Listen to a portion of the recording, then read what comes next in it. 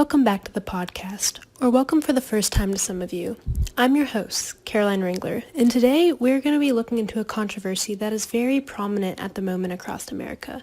However, we won't be talking about America as a whole today. Today we are pulling out our magnifying glasses and zooming in on the best city in America, the best place on earth, you guessed it, Tiger Town.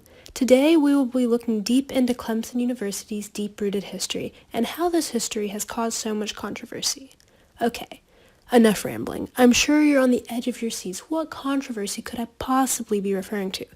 Well, that, my friends, would be the controversy regarding the renaming of many buildings on campus. If you've been living under a rock, you may be asking yourself, why? What's wrong with these buildings' names?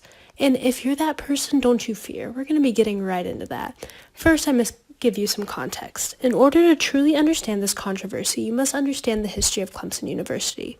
Clemson originated as a plantation owned by John C. Calhoun. This was originally called Fort Hill Plantation. John C. Calhoun's daughter, Anna Marie, married Thomas Clemson. When the Civil War broke out, Clemson served as an officer in the Confederate. Post-Civil War, Thomas Clemson contracted sharecropping work for freedmen to run Fort Hill Plantation in the Reconstruction period. Eventually, Thomas Clemson inherited the Fort Hill Plantation after Anna's death. Then he willed this plantation to the state of South Carolina for a high seminary of learning. Clemson also wished for the preservation of Fort Hill Plantation House. However, it has been revealed that Clemson made a provision with the Board of Trustees to ensure that the university would not be affected if the state legislature was to ever become majority African American. Additionally, he expressed a fear of the university ever becoming a public institution. Okay, history break. Let's touch on this alone. There's a lot of controversy surrounding the renaming of Clemson buildings because of their connection to the past regarding slavery and racism within the Confederate. Currently, these buildings specifically being the renaming of Tillman Hall to its original name, Old Main, and taking John C. Calhoun's name out of the Honors College building and renaming it to simply Clemson University's Honors College. The Clemson University Board of Trustees unanimously voted for these name changes. According to the South Carolina Heritage Act, 2/3 of the General Assembly's vote is required for these name changes, so the request for the change in the buildings' names is being considered in 2021. Now, this is no new controversy. Yes, specifically these buildings being renamed is a new issue, but this debate regarding Clemson glorifying its Confederate past has been around for years and years, practically since it desegregated in 1963, notably 10 years after the Brown versus Board of Education court case that declared racial segregation unconstitutional. Clemson's mascot used to be the country gentleman. This mascot carried a cane and wore a top hat and tailcoat. He aimed to represent Southern hospitality. However, some felt as though he bore a striking resemblance to the Southern planter. In 1969, the Student League for Black Identity negotiated an agreement to stop playing Dixie and displaying the Confederate flag at university-sponsored events. The backlash from this agreement caused almost all African American students to leave campus for 2 days.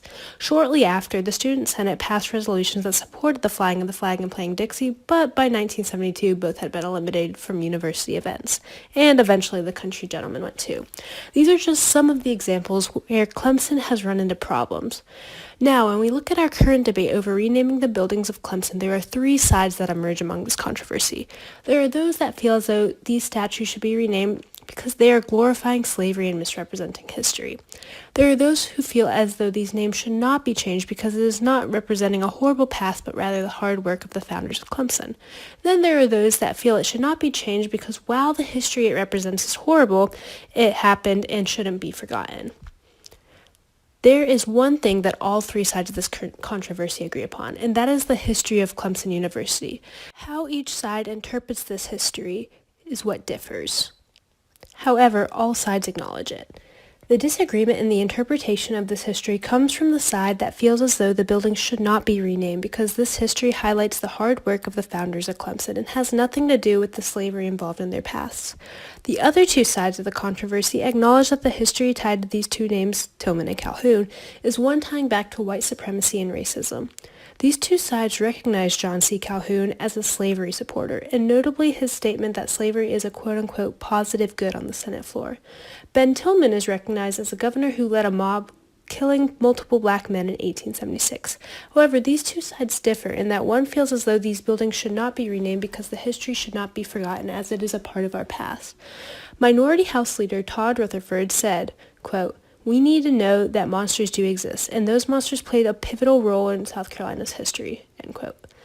The other side feels as though these buildings should be renamed because they are glorifying and honoring these names for their actions regarding slavery and white supremacy. This side also presents the argument that using the point, quote, this history should not be forgotten, quote, is actually representing hypocrisy because the history has been strategically left out by Clemson in many aspects such as tours or clever wording. For example, the Fort Hill home was recognized as a historic home, noting on its design and disregarding its past connection to the plantation home. Both sides supporting not changing the names of the statues feel as though it would be a slippery slope. If one building name was changed, they feel as though it could open the door to a vast number of further changes. Additionally, both sides supporting not changing the building names have people that simply feel as though there are much more important matters than dealing with this at the moment. State Senate President Harvey Peeler tweeted out, quote, changing the name of the stack of bricks and mortars is the bottom of my to-do list, end quote. Through the points made by all three sides of this debate, we can see what values are held by each position. It is very clear that all sides hold a great level of value in the history of Clemson and recognizing it. When you get to the thick of this controversy, it becomes clear that each side holds a strong value in learning from past mistakes. The side that wishes to rename the buildings values how Clemson has come far from its perceived racist origins and no longer wishes to bring any sort of honor to those names. The side that does not want to change the names because it doesn't want to erase the history regardless how painful the past may be, strongly values acknowledging the history to learn from our mistakes and never let it be forgotten. The final side of this controversy that does not wish to change the names because they wish to honor these names for the hard work that people put in to found Clemson hold a strong value in the growth of Clemson. Ultimately, all three sides greatly value present-day Clemson, looking back on history and seeing how far we have come as a university. Ultimately, this debate goes deeper than the surface and touches on the preservation of Clemson's deep-rooted history. This history represents one of small origins, a university built from the ground up. Regardless of if the students are proud of its potentially racist origins, all students are grateful for them. Understanding this history helps students truly experience gratitude, gratefulness, that connects to the broader rhetoric of Clemson's identity.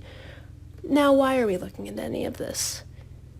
We are one Clemson family that seems divided at the moment over this issue, but when we take away our magnifying glass and look at the true purpose behind each argument, we see that all sides hold a great value and pride in the university and desires for the history to be properly displayed for all who come to Clemson, whether students or visitors. Alright, that is all I have for today, folks. Thank you for joining me. You can put away your magnifying glasses now. We won't be needing them anymore. I hope you have a blessed Tuesday, or Wednesday, or Thursday, whatever day you may be listening in. Until next time. Or maybe not.